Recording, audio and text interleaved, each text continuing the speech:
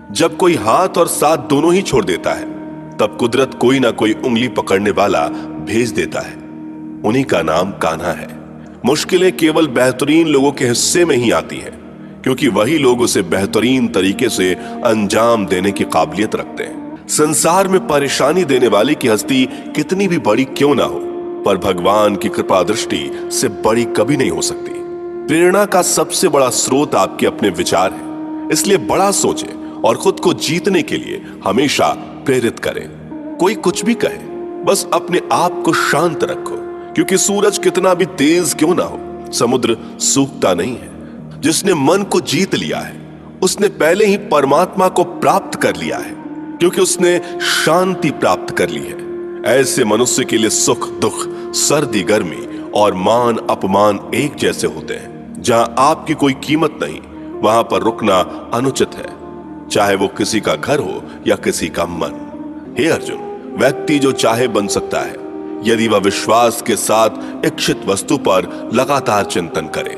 जो लोग बुद्धि को छोड़कर भावनाओं में बह जाते हैं, उन्हें हर कोई मूर्ख बना सकता है। जो मन को नियंत्रित नहीं करते, उनके लिए वह शत्रु के समान कार्य करता है। सिर्फ दुनिया के सामने जीतने वाला ही विजेता नहीं होता, बल्कि किन रिश्तों के सामने कब और कहां पर हारना है, यह जानने वाला भी विजेता होता है।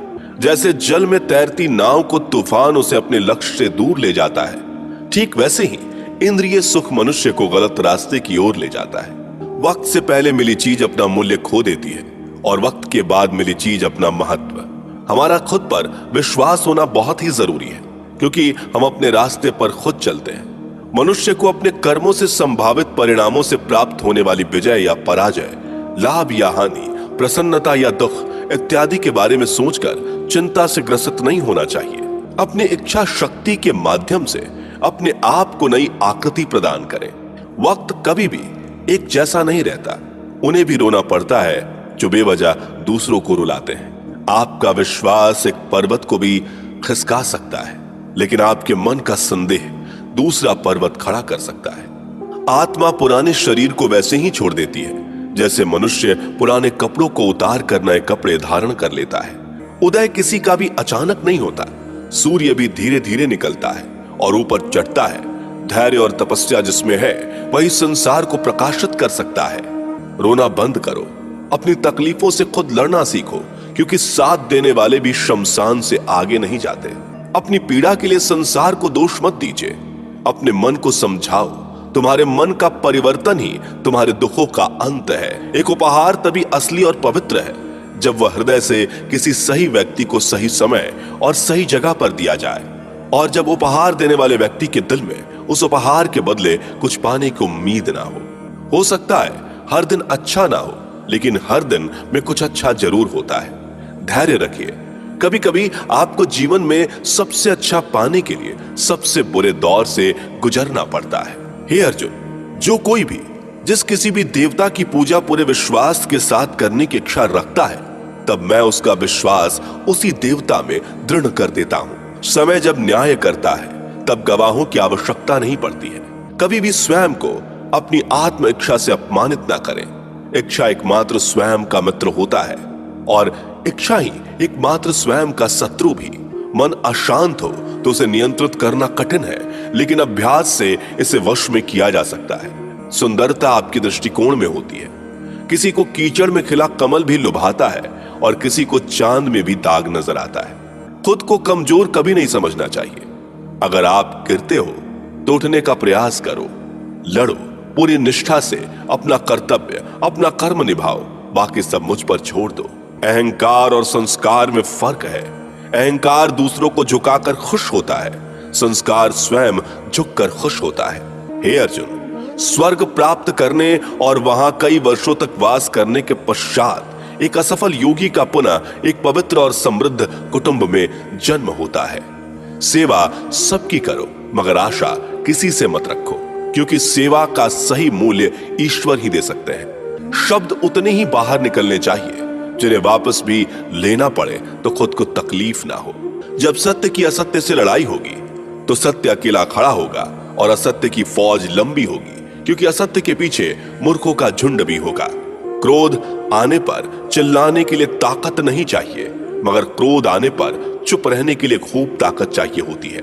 अकेले रहना तुम्हें यह भी सिखाता है कि वास्तव में तुम्हारे पास स्वयं के अलावा और कुछ भी नहीं। जो आपका है वो आपको मिलकर ही रहेगा, फिर चाहे उसे छीनने के लिए पूरी कायनात एक हो जाए। जब परिवार के सदस्य अप्रिय लगने लगे और पराये अपने लगने लगे तो समझ लीजिए कि विनाश का समय आरंभ हो गया है। आप वापस नहीं जा सकते और शुरुआत को नहीं बदल सकते, लेकिन आप जहां हैं वहीं से शुरू कर सकते हैं और अंत को अवश्य बदल सकते हैं। दो प्रकार के व्यक्ति संसार में स्वर्ग से भी ऊपर स्थित होते हैं। एक वो जो शक्तिशाली होकर भी क्षमा कर देते हैं, और दूसरे वो जो दरिद्र होकर भी कुछ दान करते हैं। विपत्ति में धैर्य, वैभव में दया और संकट में सहनशीलता ही श्रेष्ठ व्यक्तियों का लक्षण है। किसी भी व्यक्ति को अच्छे से जाने बिना दूसरे की बातें सुनकर उसके प्रति कोई धारणा बना लेना मूर्खता है। प्रेम शरीर या सुंदरता को देखकर नहीं होता, प्रेम हृदय से होता है। जहां दो हृदय मिल जाएं, वहीं प्रेम जन्म लेता है।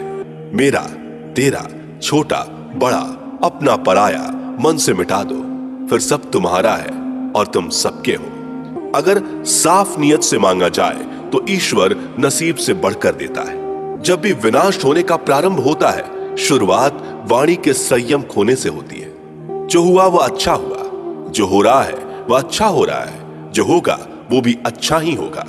जीवन में यदि खुश रहना है तो अधिक ध्यान उस चीज पर दें जो आपके पास है, उस चीज पर नहीं जो दूसरों के पास है। जीवन में सब कुछ खत्म होने जैसा कुछ भी नहीं होता। हमेशा एक नई शुरुआत हमारा इंतजार कर रही होती है। उस दिन हमारी सारी परेशानियां खत्म हो जाएंगी, जिस दिन हमें यकीन हो जाएगा कि हमारा सारा काम ईश्वर की मर्जी से होता है। बुराई बड़ी हो या छोटी, हमेशा विनाश का कारण बनती है, क्योंकि नाव में छेद छोटा हो या बड़ा, नाव को ही डुबो देता है। जो व्यक्ति स्पष्ट और सीधी बात करता है, उसकी वाणी कठोर जरूर होती है, लेकिन वह कभी किसी के साथ छल नहीं करता। अपने परम भक्त जो हमेशा मेरा स्मरण या एक चित्त मन से मेरा पूजन करते हैं, मैं व्यक्तिगत रूप से उनके कल्याण का उत्तरदायित्व लेता हूं। परिवार और समाज दोनों ही बर्बाद होने लगते हैं जब समझदार मौन और नासमझ बोलने लगते हैं। जो दान बिना सत्कार के कुपात्र को दिया जाता है वह तमस दान कहलाता है। जो अच्छा लगे उसे ग्रहण करो, जो बुरा लगे उसका त्याग, फिर चाहे वह विचार हो, कर्म हो या मनुष्य।